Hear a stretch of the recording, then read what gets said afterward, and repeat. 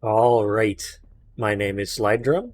Are you a new player who's hella confused about this whole new Mycopunk thing? Then this is the video for you. I'll be focusing on things important for new players, mostly ignoring anything that comes after the first 6 or so hours of gameplay. Note, Mycopunk just came out and is currently in early access. Our knowledge of the game and the game itself will change over time. I tried to make sure this guide will be as relevant as possible for as long as possible, but I can't possibly know what the future holds. Be sure to check the video description and pinned comment for any major inaccuracies in this guide. Like the video and get subscribed so you can stay up to date with Mycopunk and other co-op shooter content. What do you want to know more about? Even if you're an experienced player, there's still probably a few things in this video for you to learn. Leave your own tips and tricks in the comments. The first thing you'll need to do is pick your class, or as we call it here at Saxon Industries, employees. There are currently 4 in the game, more likely coming later in early access. Bruiser, with his shield and ground slam. Wrangler, the cowboy with a grappling hook and a dash. Scrapper, with her grapple pole and jetpack. And last, but far from least, Glider, the fighter jet with her wingsuit and shoulder-mounted lock-on missiles. They are all extremely powerful and great for new players. Pick whichever one sounds cool to you. Weapons can be used by any class. You can switch employees at any time while in the hub. Just open up the pause menu and click on your character. The first thing you'll see when you come out of your spawn room is the drop pod. That's where you can select your first mission. The available missions rotate every 10 minutes. The biomes they spawn in and missions they spawn with are randomized. But you can choose the difficulty and swarm intensity yourself. Swarm intensity is how often waves of enemies will spawn. Before you pull the lever to confirm your selected mission, feel free to explore the hub. There's so much silly stuff to find. For an easy achievement, be sure to say hi to Rochard, your handler and mission control. Hold X for the callout menu and select Wave. If you can't find him, select Where's Rochard. Hey, Roach Man, are you taking a shit? You can also hold G for an emote wheel. After you finish the tutorial, you're going to be prompted to pick a weapon to unlock. Your options are the DMLR or the Swarm Launcher. They are both great weapons. The Swarm Launcher is a short-range, crowd-control shotgun thing that rains death from above. The DMLR is a medium to long-range rifle that can be swapped to a high-damage single-target laser mode. They are both great weapons for all skill levels and all difficulties. If you're planning on jumping into high-hazard missions, I recommend starting with the Swarm Launcher for an easy way to get crowd control in your build early on. If you plan on starting with more sane challenge levels, the DMLR will probably serve you better early on. Whatever choice you make, you'll be able to unlock the other fairly quickly, so don't sweat over it. This game does not have primary and secondary weapons. You can equip any 2 weapons no matter what they are. I won't be going over any other weapon selection in any more detail in this video. Just know that none of them are bad. Though most are quite bland and kind of mid with no upgrades, they all become absolutely wild as you unlock things for them. You won't go wrong unlocking any of them. Let me know in the comments if you want to see weapon guides. Let's start with what you're going to be doing most often. Shooting enemies. Just like any other game, you can kill them by simply shooting them. But in Mycopunk, there's a little bit more to it than just aiming for the head. If you just want to kill them, obviously you can just shoot the core and it'll die. It doesn't have to be more complicated than that. But everything is made of parts, and you can break each part individually.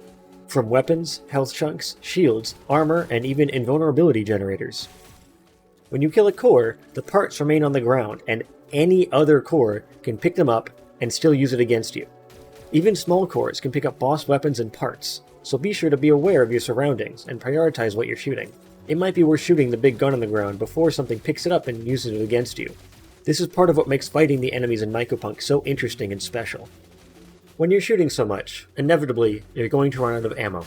Dealing damage with one weapon will automatically regenerate ammo for the other gun you're not using, so be sure to swap frequently. Every enemy in the game also has armor that needs to be broken before you can damage the core. It's not a big deal on small and even medium cores, but when fighting abominations and other large enemy types, they often have multiple layers of armor.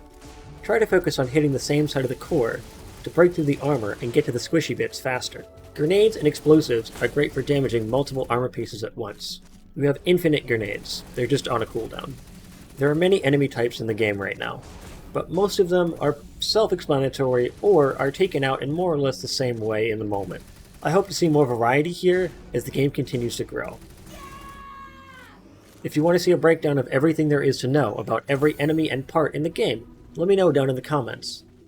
If you see a green glowing thing on the side of an enemy, that's a large health chunk.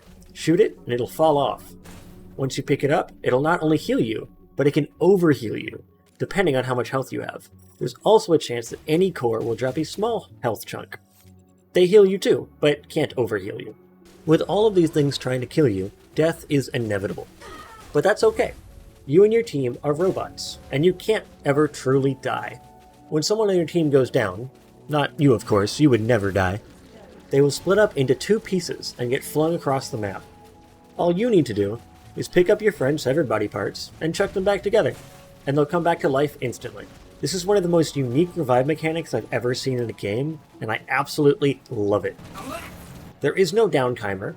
You can be in this broken state for as long as it takes to revive you, but don't wait too long, because the enemies will not go easy on you. Did you get separated from your friend, and they ended up dying on their side of the map?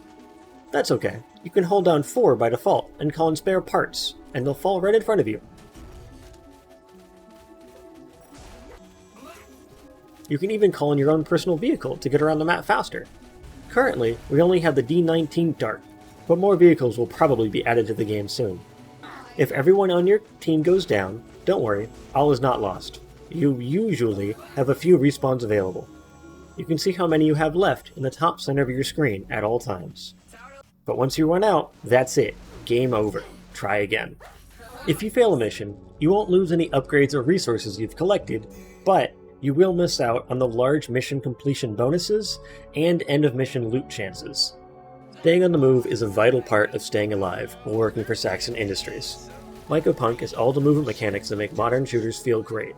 Sliding, mantling, double jumps, and even sprinting backwards. Even Bruiser, the class all about holding your ground with his shield, has some crazy movement upgrades he can get. Be sure to never stop moving, or you won't live very long. But don't go too far. Splitting up from your team is a surefire way to go down. You can kill anything with any weapon, including teammates. Friendly fire is on. It happens sometimes, but try to avoid it as much as you can. Eventually, you're going to need some more firepower. Upgrades are at the core of this game's progression loop. There's no other game that does buildcraft quite like Mycopunk. Getting more upgrades and slotting them into interesting builds is probably going to be a major part of what keeps you coming back to this game. There are multiple ways to get upgrades, but most commonly, it drops some enemies in missions. Every time an enemy spawns, there's a chance it'll spawn with an upgrade drop that you can pick up once killed. Just listen for the sound. They look like glowing pyramids of different colors. Just run over them to collect them. Don't worry if it despawns though, you can always get it after the mission in the Lost Loot dispenser. You can also unlock some of them from the skill tree in the menu. More on that later in the video. Weapon upgrades are parts you can slot into every item in your arsenal, from your gun, your grenade, and the character themselves. Some of them are crazy. For example, Immolator for the Jackrabbit shotgun gives you 9 seconds of infinite ammo when you catch fire, and you set yourself on fire when you burn other enemies. Upgrades really shine though when they synergize together. For example, Hot Potato increases your fire rate when you're on fire, which obviously synergizes very well with Immolator. Let me know what cool synergies you found. As you might expect, upgrades have different rarity tiers, from common, rare, epic, and exotic, and even super rare oddities. Once you collect an upgrade, it'll be added to your inventory under the weapon or gear it's for, gear being anything with an upgrade grid, usually weapons, grenades, or employees. Then, you need to unlock your new upgrade with a small amount of resources. More on that shortly. This works exactly like you'd expect from other games. Though, unlike other games, equipping upgrades in Mycopunk is a little more interesting. You're not just picking from a list. Every upgrade has a shape to it that you have to fit into a hex grid. Even things you buy from the skill tree have to be slotted in. More powerful upgrades are not only rarer and more expensive, but they have larger and more complicated patterns too. Every time you get something new, solving the puzzle of how to fit everything in the grid is part of the fun. Most upgrade abilities stack with each other, but unless explicitly stated, you cannot have multiple copies of the same upgrade equipped at once. Upgrades with hollow nodes are exclusive. You can only have one of these equipped at any time. These are usually elemental. Let's briefly talk about the different elements. fire, electric, Corrosion! decay, and a few others. Most of them do damage over time in the same way. The main thing that sets them apart is how they interact with other upgrades and synergize together. For example, shock usually focuses on move speed, and fire usually focuses on healing. Decay adds a debuff to whatever target it affects, and causes them to take more damage, similar to Slag from Borderlands 2. You're not going to be the only one causing elemental damage though, so keep an eye out for enemies that electrocute you, set you on fire, or cover you in a gas cloud. Especially early on when self-healing options are limited, damage over time can be devastating. Getting back to upgrades for a bit, they not only drop randomly, but also have random stat rolls. So, for example, my point demolition might have 158% damage, but yours might have a 217% damage bonus. Player upgrades can also get minor bonus effects, like more move speed or extra health. Once you collect an upgrade from an enemy drop, or wherever else, it will be added to your inventory, and you can find it under the relevant gear by right-clicking. Here you can see a list of all upgrades you've unlocked, and what stat rolls they have. So now that you know the basics of what upgrades are and how to use them, you're going to want to collect as many as you can get your hands on. Early on, the fastest way to do that is through hidden crates around the maps. They are one-time use collectibles that can give you up to 17 different free upgrades to use. Check out my guide on where you can find them all in the card now.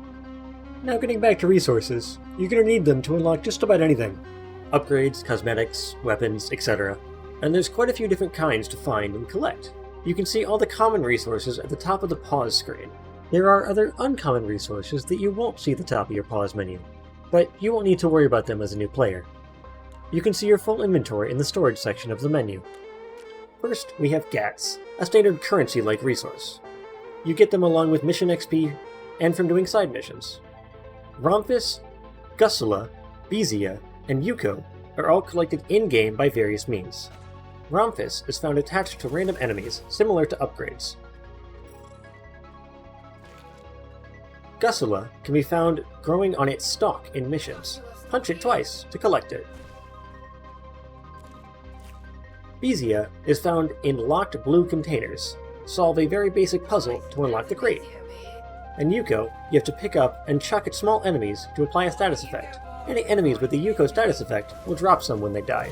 The Yuko bombs have a bit of an area of effect, so try to group grunts together to hit multiple at once. Note, on all maps there are also what are effectively explosive barrels. They can look like resources to collect to a new player, not that I would know anything about that. They show up with multiple element types. They don't actually do that much damage, but still, they can be useful to take out groups of enemies. Proceed with caution. Each common resource can be found on 2 of the 4 maps. Farms has Romphus and Gusula, Desert has Gusula and Bezia, City has Romphus and Yuko, and Tundra has Bezia and Yuko. Finally, we have Saxonite, the rarest common resource. This will likely be your main bottleneck when unlocking things. You get it by completing missions on higher difficulties. The higher the difficulty, the higher the chance it'll drop. I go over acquiring Saxonite in more detail 9 minutes into my Carver Unlock guide, link in the card now. You can also get one of 3 single-use consumable items. All 3 are very useful. The Bootleg Replicator will allow you to double all resources for the next mission, while the Personal Access Token and Premium Loot License will allow you to have some control over which employee or weapon your next upgrade is for. Be sure to use them, as they only stack up to 5. These even work if activated mid-mission. Keep an eye out for secrets on each map. There's a lot more than just those hidden boxes I mentioned before. If you want to know how to find hidden guns, bosses, and everything that's out there, check out my full playlist of Mycopunk guides. Link in the card now. Each map is static and mostly not randomized. However, they all have multiple sub-biomes and are absolutely massive. When I played the demo, it took me a few hours to even realize it was not randomized. That's how varied they are. Honestly, it's kind of a nice change of pace from what I'm used to with other games like DRG or Helldivers. Being able to actually learn the area and where things are is kinda nice. Though I would like to see more maps and objective locations in the future. Just because the maps are mostly static, that does not mean that the missions are.